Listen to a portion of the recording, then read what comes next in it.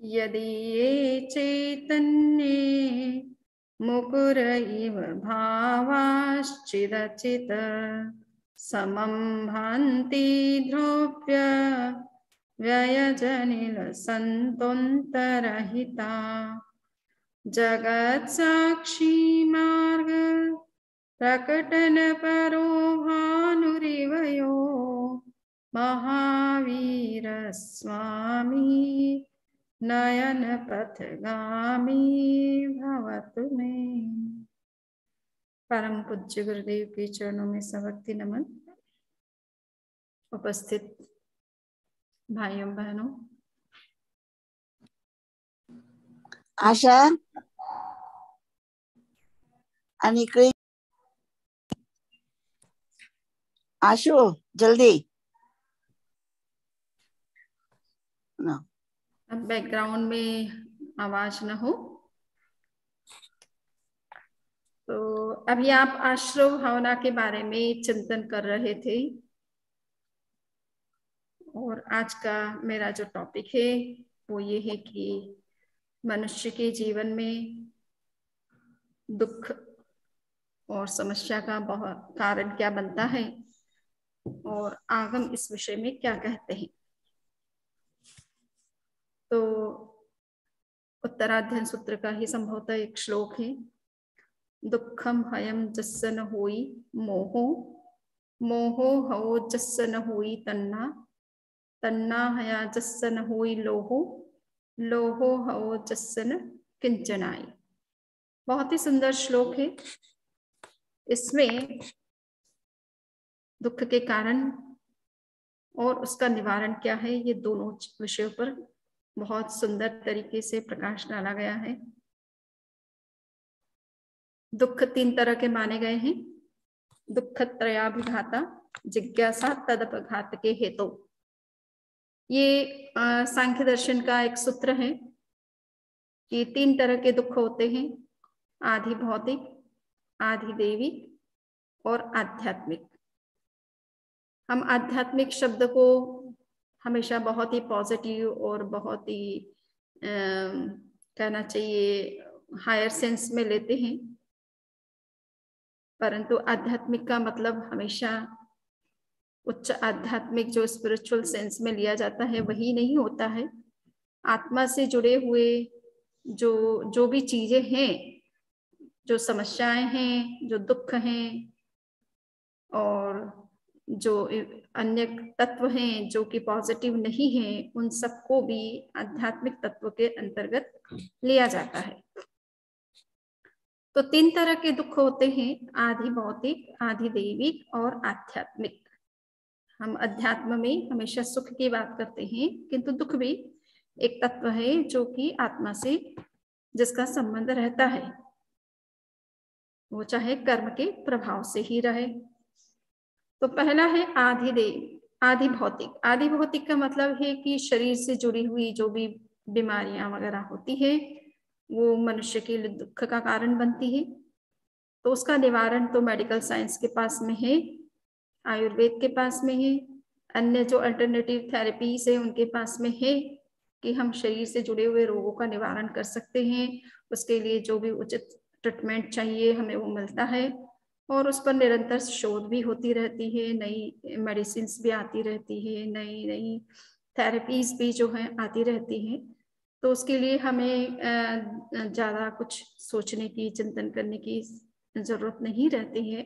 पर हाँ, ये एक दुख जरूर है मनुष्य के जीवन में कि रोग भी आते रहते हैं और वर्तमान जीवन शैली जो कि बहुत ही सुविधापूर्ण जीवन शैली है, साथ साथ में बहुत तनावपूर्ण जीवन शैली भी है। तो ये दोनों चीजें हैं, सुविधा और तनाव दोनों एक साथ चलते हैं और तनाव के कारण से कई समस्याएं होती है। सुविधाओं की तो कमी नहीं है, किंतु तनाव बहुत अधिक है, प्रेशर अधिक है, टेंशन से अधिक है, तो इसलिए बीमारियां होती है।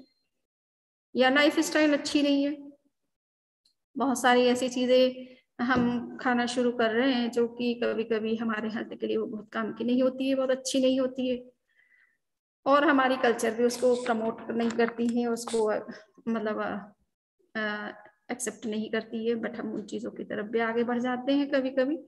सो वो भी कारण बन जाते हैं। हमारे वर्तमान में रोगों के कई कारण बन जाते हैं।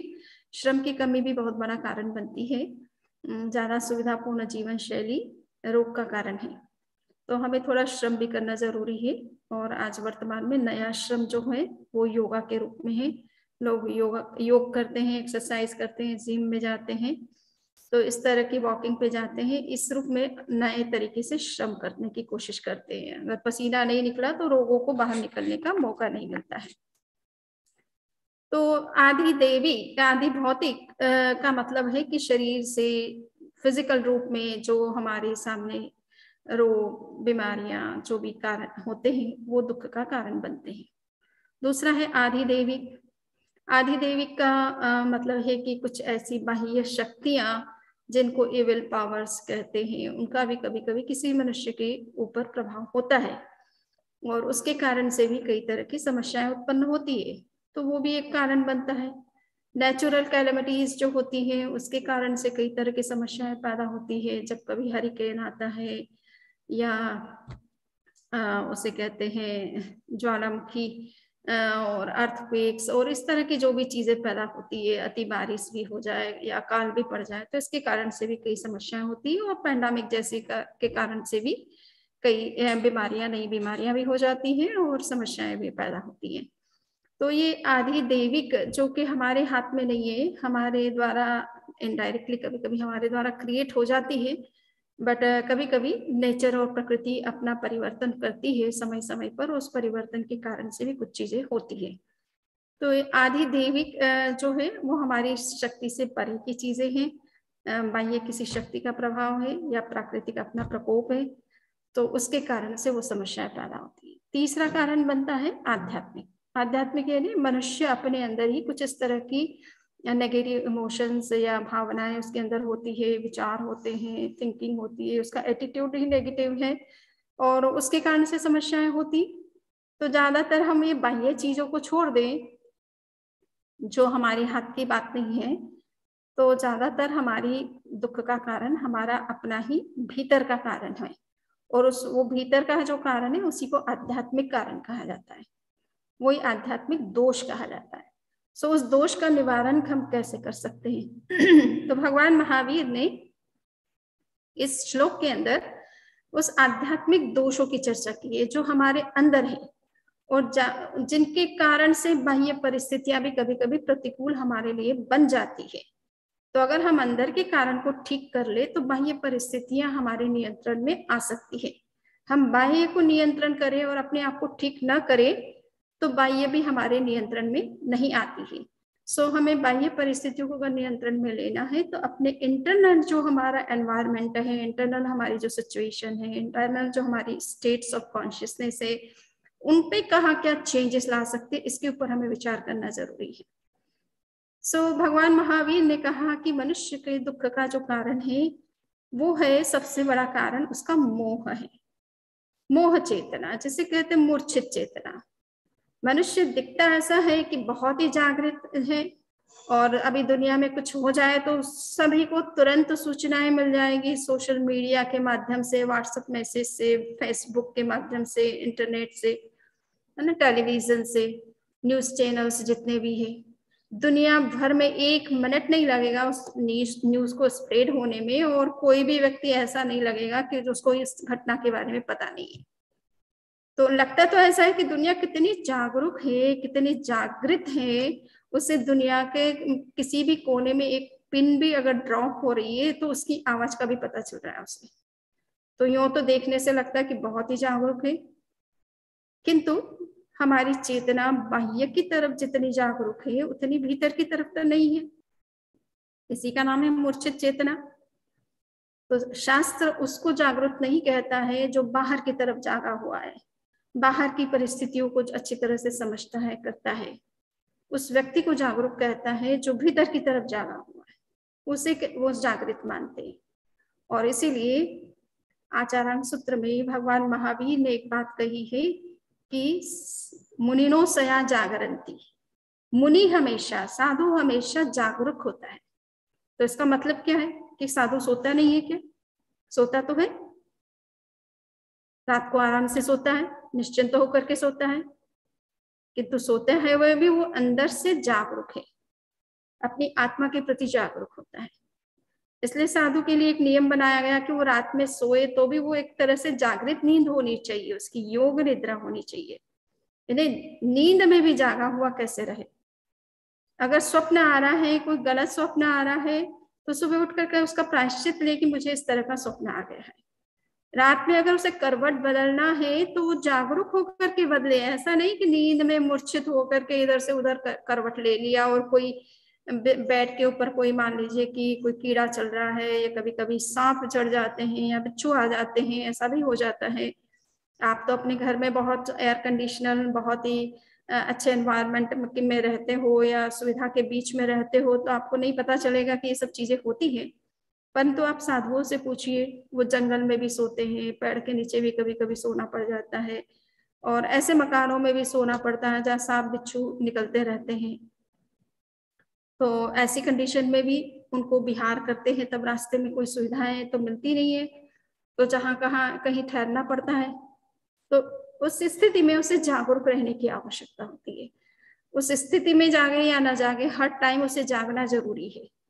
तो रात में कहीं खटमल आ जाते हैं, कहीं कीड़े मकोड़े आ जाते हैं बेड के ऊपर, तो करवट अगर वो जागरूक होकर के नहीं लेगा तो उसके मरने की संभावना है और उससे हिंसा का दोष लगता है, जबकि उसको अहिंसा का उसने महाव्रत ले रखा है। तो उसे हर समय जागरूक रहना है कि नींद लेते समय भी इस तरह से करवट ना लेना है, नहीं लेना है जिससे कि किसी प्राणी की, किसी जीव की हिंसा हो जाए। चलते समय भी उसे जागरूक रहना है, बोलते समय भी जागरूक रहना है, खाते समय भी जागरूक होना है। खाते समय तो रहना ही है, किंतु खाना जिससे ले रहे हैं उसने किस प्रोसेस से उस खाने को बनाया है, वो जो चीज उन्हें दे रहा है उस चीज में कहीं कोई तरह का ऐसी चीज तो नहीं है जो अभक्ष जैन परंपरा की दृष्टि से मानी जाती है, उसमें कोई तरह का नॉनवेज कंटेंट तो मिक्स नहीं है, तो उसके प्रति भी जागरूक होना होता है। तो बहुत सारी चीजों के प्रति साधु को जागरूक रहना होता है, उसके जीवन के हर क्षण में उसको जागरूक रहना पड़ता है। चलते, खाते, पीते, सोते, उठते, बैठते, सबके पीछे उनके बहुत सारे नियम रहते हैं जिससे कि वो जागरूक रहे, कहीं किसी तरह का दोष ना लगे और किसी तरह की हिंसा ना हो जाए। तो ये जागरूकता का जीवन, मुनि जो होता है वो सोते हुए भी जागृत होता है, और आम व्यक्ति जागते हुए भी कभी कभी सोया हुआ होता है। तो वो तो बहुत जागरूक रहा है, दुनिया भर की खबरें उनको है, सुबह से शाम उनसे पूछ लीजिए, सारे दुनिया का रिकॉर्ड वो पेश कर देंगे, किंतु अपने बारे में उन्हें पूछा जाए तो उन्हें कुछ भी नहीं पता है, या अपने बारे में कुछ करना है तो कोई उनका इंटरेस्ट नहीं है उन चीजों में। तो वो ऐसा व्यक्ति सोया हुआ है, वो कहने के लिए बाहर में दुनिया में जागा हुआ है, बट अपने प्रति तो वो सोया हुआ ही है। तो हमें ये देखना है कि आध्यात्मिक दोष की जहां तक बात आती है तो यही है कि मोह का मतलब है मूर्छित चेतना, और मूर्छित चेतना के दो काम होते हैं, दो पहचान होती है, दो लक्षण होते हैं। कि जो चीज चेतना मूर्छित होती है उससे सत्य असत्य रूप में दिखता है और असत्य सत्य रूप में दिखता है, इसका नाम है मूर्छित चेतना। जो सत्य है उसे दिखाई नहीं देता, जो असत्य है उसे वो देख लेता है और उसे सत्य मानता है। तो ये वेदांत, अगर हिंदू धर्म में एक ट्रेडिशन का नाम है वेदांत ट्रेडिशन, तो इस चीज की चर्चा करते हैं कि जब मोह का आवरण चेतना के ऊपर पड़ता है तो उसकी दो शक्तियां होती है। एक शक्ति से सत्य के ऊपर आवरण आता है, और दूसरी शक्ति से जो सत्य नहीं है उसे सत्य समझने की बुद्धि पैदा होती है मनुष्य के अंदर, और वो सत्य को, जो कि असत्य है, उसे सत्य मान करके उसी तरह की जीवन शैली, उसी तरह का चिंतन, उसी तरह का व्यवहार उसमें विकसित होता है। इसे आवरण की शक्ति और एक शक्ति बोलते, उसका नाम मुझे अभी एग्जैक्टली याद नहीं आ रहा। आवरण विकार शक्ति, तो आवरण शक्ति से सत्य के ऊपर आवरण हो जाता है, और विकार शक्ति से जो चीज जैसी नहीं है उससे विपरीत उसे दिखाई देती है। तो इस भ्रम के कारण से उसका सारा जीवन उसी तरह से चलता रहता है, वो जो सत्य नहीं है उसे सत्य मान के बैठता है और जो सत्य है उसे परिचित नहीं होता है। तो ये सबसे बड़े दुख का कारण होता है। जैन धर्म में इस मोह को मिथ्यात्व की संज्ञा दी गई है। मिथ्यात्व के कारण से व्यक्ति जो है सत्य को असत्य समझता है और असत्य को सत्य समझता है, और असत्य का फिर आचरण करता है और दुनिया भर में यही कहता है कि यही सत्य है जो मैं समझ रहा हूँ। सो सत्य और असत्य के बीच में ये द्वंद्व हमेशा से चलता रहता है और सत्य को पहचानना इतना सरल नहीं होता है। उपनिषदों का एक बहुत सुंदर वाक्य है, हिरण्यमयेन पात्रेण सत्यस्यापि हितं मुहम्। ये सत्य का जो मार्ग है, ट्रुथ का जो मार्ग है, ये एक हिरण्यमय पात्र से ढका हुआ है, सोने का पात्र। उसके ऊपर ऐसा पात्र पड़ा है जिसकी चमक और दमक को देख करके व्यक्ति उस पात्र में ही उलझ जाता है, उसको खोल करके सत्य को देखने का को भूल जाता है वो।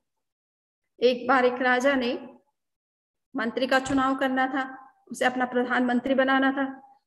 सोचा कि हर कोई को तो प्रधानमंत्री नहीं बना सकते हैं, बहुत ही समझदार होना चाहिए, बहुत चिंतनशील होना चाहिए, उपायज्ञ होना चाहिए, किसी भी समस्या पर आने पर तत्काल उसका क्या समाधान हो सकता है और वो भी उचित समाधान होना चाहिए। ऐसा नहीं कि उसने सोच लिया और वही सत्य है, ऐसा नहीं, सबके हित में भी होना चाहिए, कल्याणकारी होना चाहिए, राज्यों के विकास में सहायक होना चाहिए। तो बहुत सारी दृष्टियों से उन्होंने सोचा कि कौन सही व्यक्ति हो सकता है।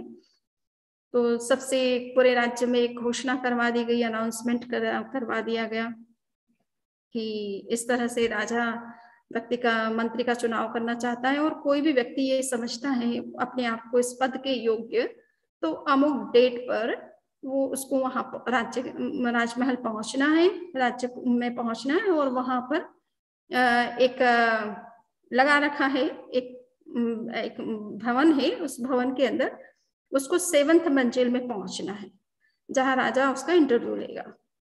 ठीक है, जिन लोगों को लगा कि हम इस पद के लिए योग्य हैं वो सब आ गए और सबसे कहा कि आपको 7th मंजिल में जाना है और उसके नीचे 6 जो मंजिल से हैं 7th से नीचे, उनमें कुछ कुछ चीजें हैं, आप उनको देखना चाहें तो देख सकते हैं। टाइम बता दिया गया सबको कि इस टाइम पर एटलीस्ट आप पहुंच जाए, यानी आपको सुबह से आए हैं तो शाम को 5 बजे इंटरव्यू शुरू होगा, 5 बजे के बीच में आप कुछ भी देखना चाहें तो देख सकते हैं, आपका टाइम अगर पास करना है तो। ठीक है, सभी लोगों ने सोचा कि ये भी अच्छी चीज है, हमें राजा के महल में ये सारा एग्जीबिशन जो लगा हुआ है, राज्य की सारी प्रेशियस चीजें देखने को यही मौका मिल रहा है, देखना ही चाहिए।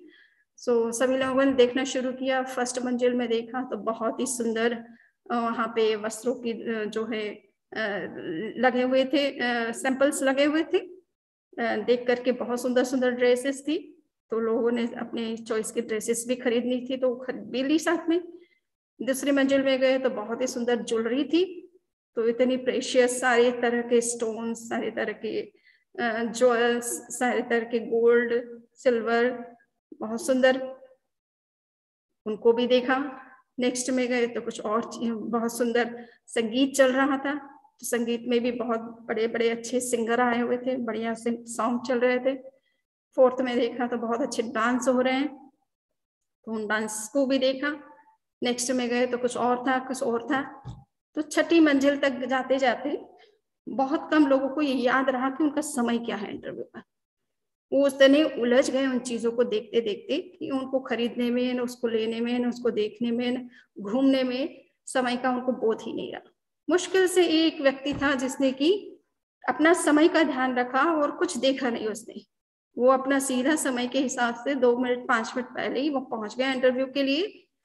और राजा ने देखा कि ये एक व्यक्ति है जो कि इन सब चीजों में उलझने वाला नहीं है और बहुत समझदार भी है, चिंतनशील भी है, सारी जो क्वालिटीज मुझे चाहिए वो सब कुछ इसमें देखने को मिल रही है। तो उन्होंने उसका सिलेक्शन कर लिया और इंटरव्यू जो लेना था सो ले लिया।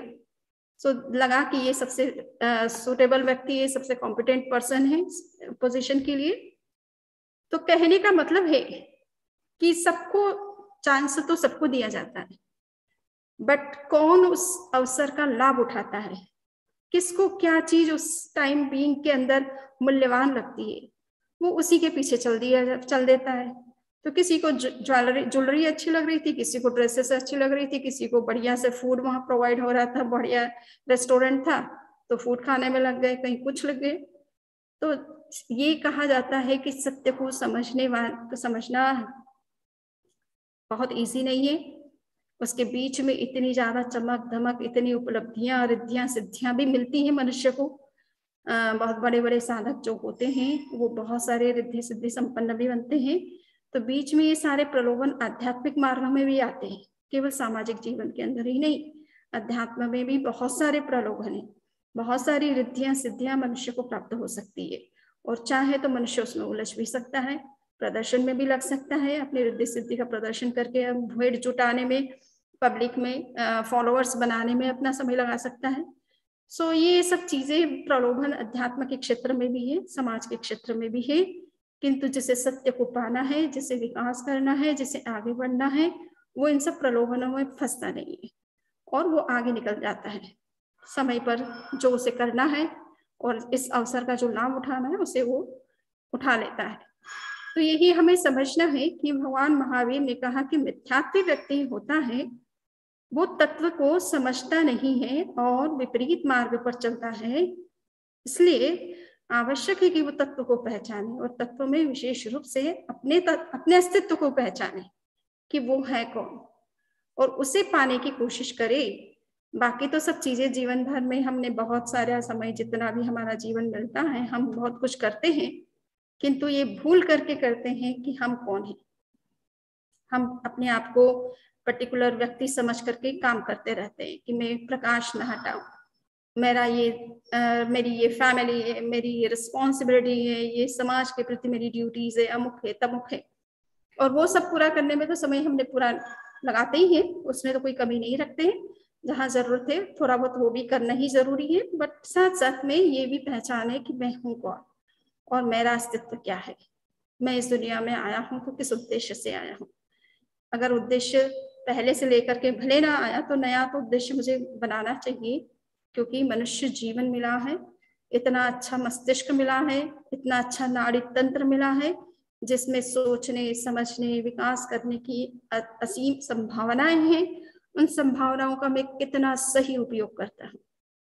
तो इस विषय में जब हम अटेंशन करते हैं तो हम निश्चित रूप से आगे बढ़ते हैं, और उसी को सही अर्थ में जागरूक मनुष्य कहा जाता है, उसी को जागृत मनुष्य कहा जाता है, जो अपने अस्तित्व को पहचान सके और बाह्य चीजों में ज्यादा उलझे नहीं, उसको अपना स्वरूप न समझे, शरीर को अपना अस्तित्व न माने, अपनी पहचान जो सामाजिक पहचान है, अपने जो सामाजिक पद प्रतिष्ठाएं हैं, उनको अपना अस्तित्व न समझे, बल्कि उससे आगे जो आपका रियल अस्तित्व है उस अस्तित्व को समझने की कोशिश करें, अपने आत्म तत्व को, स्वरूप को समझने की कोशिश करें, और उसको रियलाइज करने के जो भी तरीके हैं उन तरीकों में अपने चित्त को, अपने मन को लगाएं, अपने समय को लगाएं, जिससे कि वो अपने आध्यात्मिक उन्नति के क्षेत्र में आगे बढ़ सके, और जिस उद्देश्य को वो इस जीवन में बनाता है आध्यात्मिक दृष्टि से, उसको अचीव करने में वो अपना सफल हो सके। तो मोह जो है मनुष्य के दुख का कारण है। हमारा दुख का कारण मूल यही है, मोह, मिथ्यात्व। हमने अपने स्वरूप को ही अब तक नहीं जाना और पहचाना है। जानते भी हैं तो बौद्धिक स्तर पर जानते हैं, अनुभूति के स्तर पर जानने की जरूरत है। अनुभूति के स्तर पर, बौद्धिक स्तर पर तो सभी को पता है, मेरे से ज्यादा पता है, क्योंकि आप तो मेरे से ज्यादा आत्म तत्व के संदर्भ में प्रवचन सुनते रहते हैं, तो इतने स्कॉलर्स आते हैं, कितने तरीके से आपको समझाते हैं, तो आप तो मेरे से भी ज्यादा जानते हो। परंतु जानने के साथ साथ में अनुभूति के स्तर पर आगे बढ़ने का कितना प्रयास करते हैं, ये खास हमें समझने की बात है। और हम उस बात को जो समझ रहे हैं बुद्धि के स्तर पर, उसको कितना हम अनुभव का विषय बना पाते हैं। तो उसके लिए जरूरी है हमारी अपनी साधना आगे बढ़े। जप में, ध्यान में, स्वाध्याय में हम कितना अधिक गति करते हैं और उस स्थिति का अनुभव करते हैं, यही मूल हमें समझने की जरूरत है। सो मोह जो है वो दुख का कारण है। तो भगवान ने कहा कि दुखम हयम जस्य न कोई मोह, जिसके मोह नहीं है। मोह का मतलब अटैचमेंट भी होता है, शरीर के प्रति अटैचमेंट हो, परिवार के प्रति हो, अपने पदार्थों के प्रति हो, बाह्य जो पद और प्रतिष्ठाएं उनके प्रति हमारा हो, तो ये अटैचमेंट दुख का कारण बनता है। तो अटैचमेंट तो दुख का कारण है ही है, साथ साथ में मिथ्यात्व बहुत बड़ा कारण है इसका। दूसरा है कि मोहो हो जसन हुई तन्ना। अब प्रश्न आता है कि ये मोह हमारे अंदर क्यों पैदा होता है? तो हमारे अंदर इच्छाएं हैं, तृष्णा। बौद्ध धर्म ने इसी बात पर बहुत बल दिया है। जैन धर्म ने मिथ्यात्व पर बल दिया कि दुख का कारण मिथ्यात्व है। अगर हमने सम्यक्त्व को प्राप्त कर लिया, तत्व के स्वरूप को समझ लिया, विशेष रूप से आत्म तत्व को समझ लिया, तो दुख का मूल समाप्त हो सकता है। और बौद्ध धर्म ने तृष्णा पर बल दिया कि तृष्णा हमारे दुख का कारण है। उन्होंने 4 आर्य सत्य की बात कही। पहला आर्य सत्य है दुख है, ये इस बात को स्वीकार करो कि हाँ जीवन में दुख भी होता है।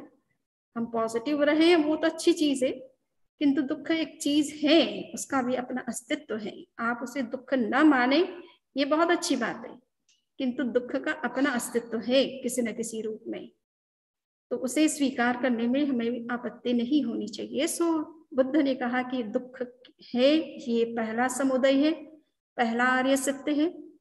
दुख का कारण है, ये दूसरा आर्य सत्य है। दुख का निवारण संभव है, ये तीसरा आर्य सत्य है, यानी मोक्ष संभव है।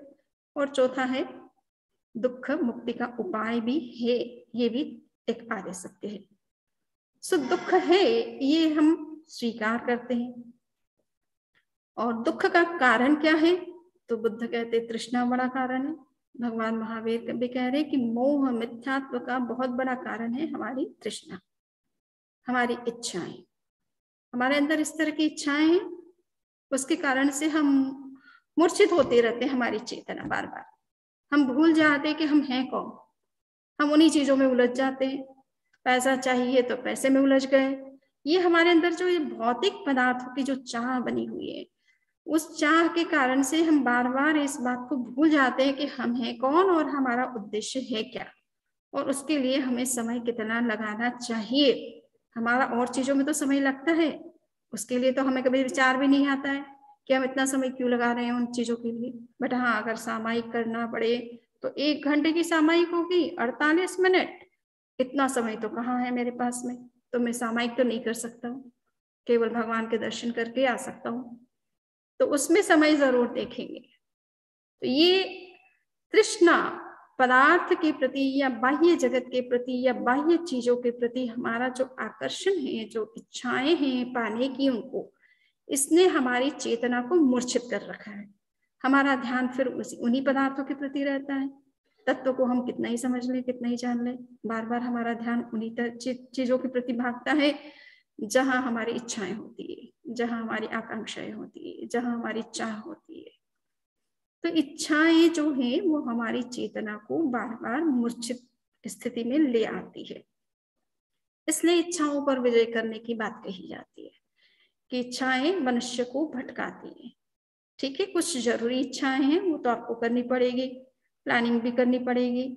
जीवन की जो जरूरतें हैं उनके लिए जो पैसा चाहिए, जो चीजें चाहिए, जो संसाधन चाहिए, उनकी तो आपको प्लानिंग भी करनी पड़ेगी। उसको कहाँ मिल सकता है उसका प्रयास भी करना पड़ेगा।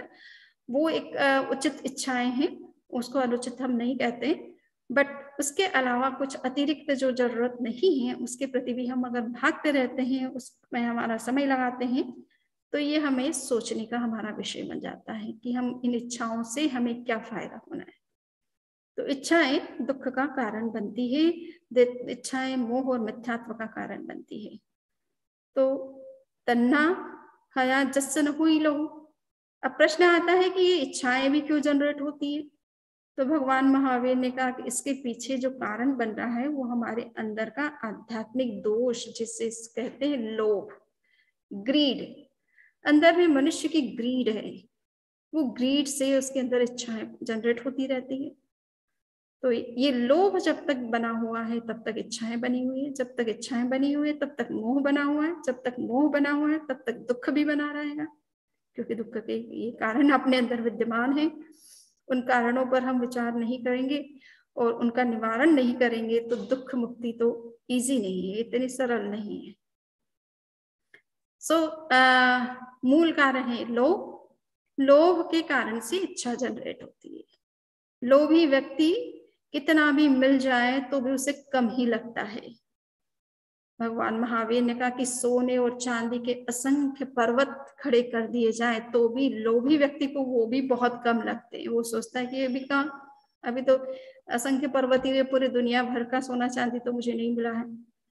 कहने का मतलब है कि जब लोभ व्यक्ति के अंदर बढ़ता है तो उससे चाहे अंबानी बना दो चाहे कुछ बना दो, उसके अंदर और अधिक कैसे मैं अपना इन्वेस्ट मेरे बेनिफिट हो सकता है, और अधिक कैसे मैं रिच बन सकता हूँ, मेरी लिस्ट जो है रिचेस्ट पर्सन में सबसे टॉप पर कैसे आ सकती है, तो उसकी तरफ उसका ध्यान रहता है। 99 के चक्कर हम जो कहते हैं ना कि एक गरीब व्यक्ति को एक नौली मिल गई कहीं से, अब वो तो बहुत गरीब था, कभी उसने एक मोहर भी सोने की अपने लाइफ में नहीं देखी होगी, और अचानक कोई भाग्य से योग से उसको एक नौली मिल गई जिसमें कि 99 मोहरें थी।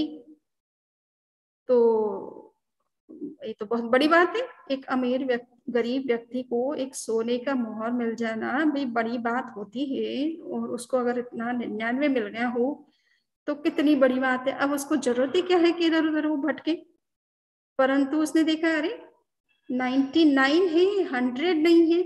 100 तो होने चाहिए ना, पूरा एक 100 का एक तो नंबर फुलफिल होना चाहिए। वो कोशिश करने लगा कि कैसे अब 99 से 100 बन जाए, और उस 100 के चक्कर में इधर उधर छोटा मोटा कोई काम करके उसको 100 जोड़ने के चक्कर में जो मिला उसका तो बेनिफिट नहीं लिया, जो नहीं है उसकी तरफ उसका ध्यान है। 99 मिल गया उसका नहीं, एक भी जिसके पास कुछ नहीं था उसकी जगह 99 स्वर्ण मोहरें मिल गई, बट वो एक की कमी रह गई, उसकी तरफ ही उसका अटेंशन है। लोभी व्यक्ति इस तरह का होता है कि उसके पास है जो जरूरत की चीजें सब कुछ है, फिर भी पता नहीं क्या है कि हम और चाहते हैं और चाहते हैं और चाहते हैं। वो अंदर की जो और की जो चाह है ना वो खत्म ही नहीं होती है, और आगे से आगे डिमांड हमारी बनी रहती है, और आगे से आगे हम कुछ ना कुछ ऐसी प्लानिंग करने सोचते रहते हैं कि कैसे हमारा और अधिक जो है वो वेल्थ का बढ़े, बैंक बैलेंस हमारा बढ़े, और उसकी तरफ ही हमारा ध्यान पूरा रहता है।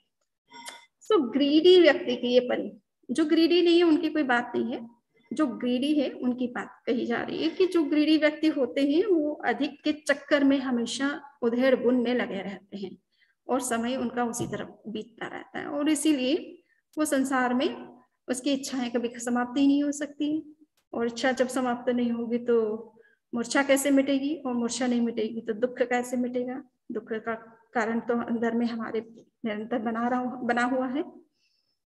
भगवान ने कहा कि लोभ का विजय करो। लोभ कषाय ये आध्यात्मिक दोष है। 4 दोष हैं आध्यात्मिक, क्रोध, मान, माया और लोभ। संक्षेप में कहे तो राग और द्वेष, ये 2 आध्यात्मिक दोष है, या 4 कषाय ये आध्यात्मिक दोष कहे जाते हैं, आत्मा के अंदर है ये। इनको भीतर से निकालो पहले, तभी जाकर के मूल दुख का जो निवारण है वो संभव है।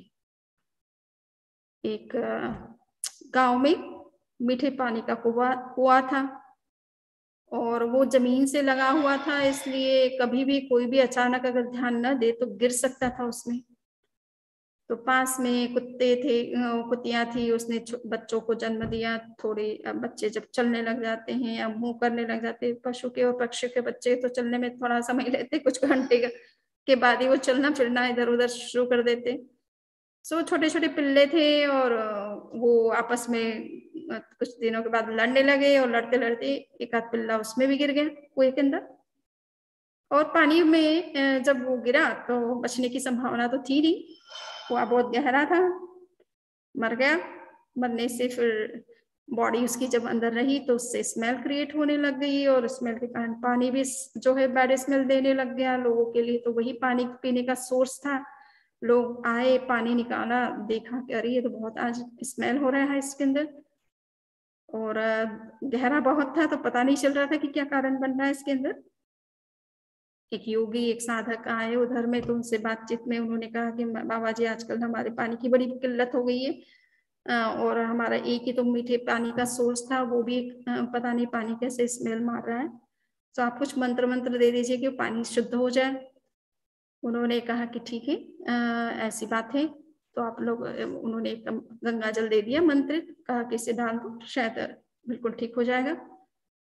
उन्होंने डाला, किंतु स्मेल तो वैसी ही आ रही है। तो लोग, बाबा जी ने कहा कि देखो कुआं बहुत गहरा है, ऊपर से देखने से पता नहीं चल रहा है, पर कुछ लोग अगर थोड़ा सा अंदर उतर करके देख सके तो पता चलाओ कि कोई पशु की मर तो नहीं गया है अंदर में, उसकी बॉडी को जब तक आप बाहर नहीं करोगे तब तक ये मंत्र जल कितना भी डालो कुछ काम नहीं आएगा, वो नई स्मेल क्रिएट होती रहेगी उसमें। लोगों ने देखा, अंदर के उतर करके देखा कि पिल्ला है, मर गया है, एक नहीं 4 पिल्ले थे, सॉरी। सो चारों उसमें मरे हुए थे, और कुआं इसी कारण से पानी सारा बदबू दे रहा था, कर रहा था। उनको बाहर निकाला, मंत्र जल डाला, पानी शुद्ध हो गया, लोगों के पीने के काम में आने लग गया। तो ये कहानी है, कहानी नहीं, इसको कहते हैं प्रतीकात्मक कहानी, ये सिंबॉलिक स्टोरी, ये सिंबल है कि हर जीव के अंदर इसी तरह से क्रोध, मान, माया, लोभ के 4 पिल्ले पड़े हुए हैं। उन पिल्लों को तो हम निकालना नहीं चाहते हैं, और ऊपर से मंत्र तंत्र सब कुछ करते हैं। तो वो मंत्र तंत्र का थोड़ा बहुत तो इफेक्ट रहता है टाइम बीइंग के लिए, बट फिर वो वापस नई बदबू पैदा होती रहती है। वो अंदर के जो क्रोध, मान, माया, लोभ है, इन पिल्लों के जब तक पड़े रहेंगे तब तक वो नई बदबू क्रिएट होती रहती है, फिर वापस उसी घूम फिर करके वहीं आ जाते हैं। सो ये समझना है कि हम आध्यात्मिक दोषों का निवारण कैसे करें, और विशेष रूप से इस लोभ कषाय पर हमारी विजय कैसे हो। और भगवान ने इसके लिए कहा कि संतोष वृत्ति का विकास करो। लोभ पर विजय करने का सीधा सिंपल तरीका है संतोष। जो जरूरत है उतना तो आपको करना ही पड़ेगा, किंतु जो जरूरत नहीं है उस तो जो है उसके प्रति संतोष करना सीखो, ताकि तुम्हारी जो अंदर में निरंतर एक चाह बनी रहती कि मुझे जो ये मिला है तो वो और मिलना चाहिए, वो मिला तो वो और मिलना चाहिए। ऐसी जो निरंतर अंदर में जो आकांक्षाएं बनी रहती है, एस्पिरेशन रहते हैं, उस पर धीरे धीरे नियंत्रण और ब्रेक लगता जाएगा, और समय के साथ वो सब कुछ समाप्त भी हो जाएगा। ये बहुत ही सिंपल रास्ता है, इसमें कोई कठिनाई नहीं है। संतोष वृत्ति का विकास, संतोष, संतुष्ट, सेटिस्फाइड होना सीखो। पदार्थ जगत की एक विशेषता है कि इसे जितना पाओगे उतनी अतृप्ति आपके अंदर बढ़ेगी, अनसेटिस्फेक्शन। ओके, आप कभी सेटिस्फाइड हो ही नहीं सकते हो, पदार्थ का ये नेचर ही। आप कितना भी कोशिश कर लो, जितना भी अंबार लगा लो, फिर भी आपको संतोष नहीं होगा, क्योंकि ये पदार्थ की स्वभाव है।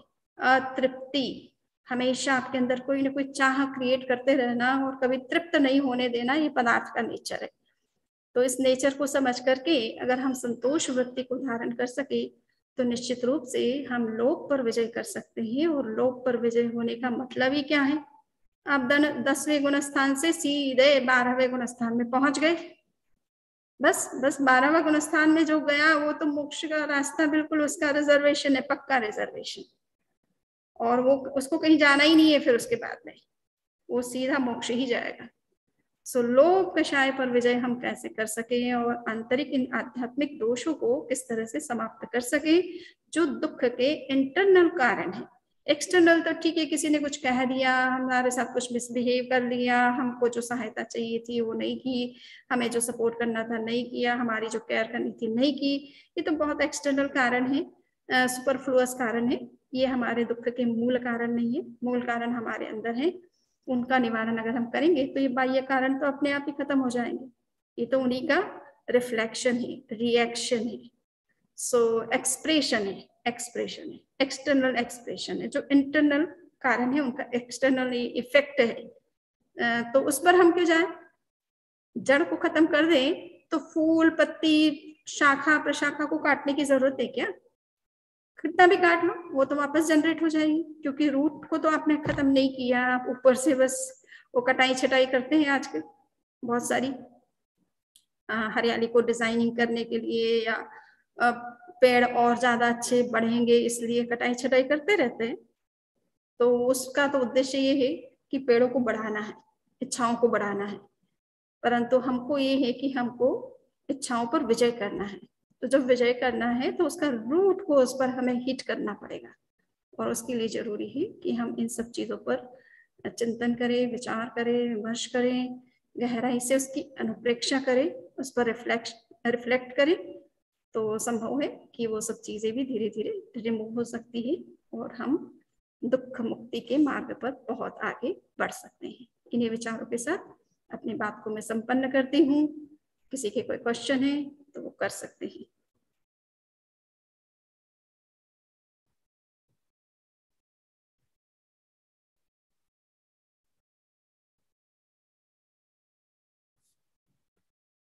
तो लगता है क्वेश्चन तो है नहीं। मंगल पाठ सुनाए। चत्तारि मंगलम अरहंता मंगलम सिद्धा मंगलम साहु मंगलम केवली पुण्यतो धम्मो मंगलम चत्तारि लघुत्तमा अरहंता लघुत्तमा सिद्धा लघुत्तमा साहु लघुत्तमा केवली पुण्यतो धम्मो लघुत्तमो चत्तारि शरणं प्रवच्चामि अरहन्ति शरणं प्रवच्चामि सिद्धि शरणं प्रवच्चामि साहु शरणं प्रवच्चामि केवली पुन्नतं धम्मं शरणं प्रवच्चामि धम्मो मंगलमुक्तिष्ठम् अहिंसा संयमोतौ देवावितं न वंसन्ति यस्य धम्मे सयामनो चैत्ताभारहं वासं चक्रवर्ती महिढ्यो सन्ति सन्ति करेलोये पत्तो गई मनुत्तरम देवदानव गंधर्वा चक्र रक्षस्कन्नरा बम्भयारिं नमन सन्ति तत्करं जे करन्ति तम् मंगलम भगवान वीरो मंगलम गौतमो गणी मंगलम स्थूलिभद्राद्यः जैन धर्मोस्तु मंगलम सर्वमंगल मांगल्यम सर्वकल्याणकारकम प्रधानम सर्वधर्माणां जैनम जयति शासनम्। Thank you, Shramani ji. Excellent lecture. Thank you very much. Thank you for your time and everything. कभी आ रहे हो आप? हम 15 सोच रहे हैं, ज्यादा से ज्यादा अगर नजदीक में तो 7 या 8 अगस्त तक, अदरवाइज 15 अगस्त तक। 15 अगस्त, ओके ओके। आप सही है, तबीयत सही है आप लोगों की? बिल्कुल बढ़िया। अच्छा, thank you very much Shramani ji, thank you, an excellent lecture always. We see you soon now, as soon as possible. Thank you very much. Thank you. Now we have a Aarti and Mangal Divo. Next week we have a Pathshala graduation. So, and school and high school graduation also. Whoever, like anyone from college or high school graduate, please send your information to Rupal Shah. We have already sent the email. So please, as soon as possible, send your information. Thank you very much, everyone. And thank you, Shramani ji. Now we have Aarti and Mangal Divo.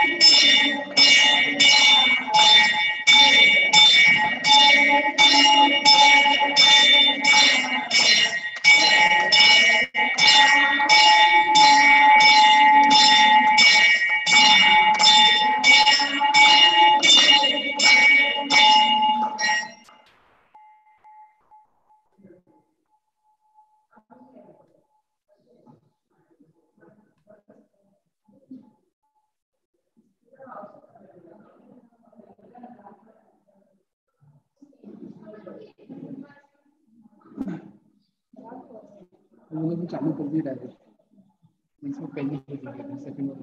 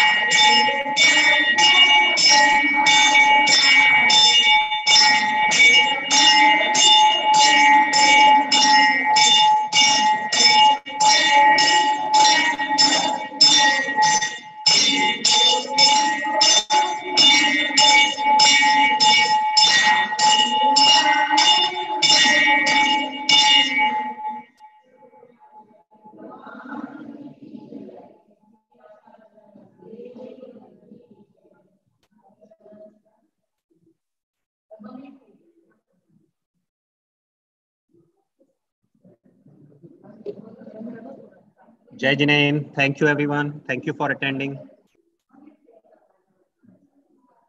जय जिनेंद्र सभी को। Jai Jinein. जय जिनेंद्र।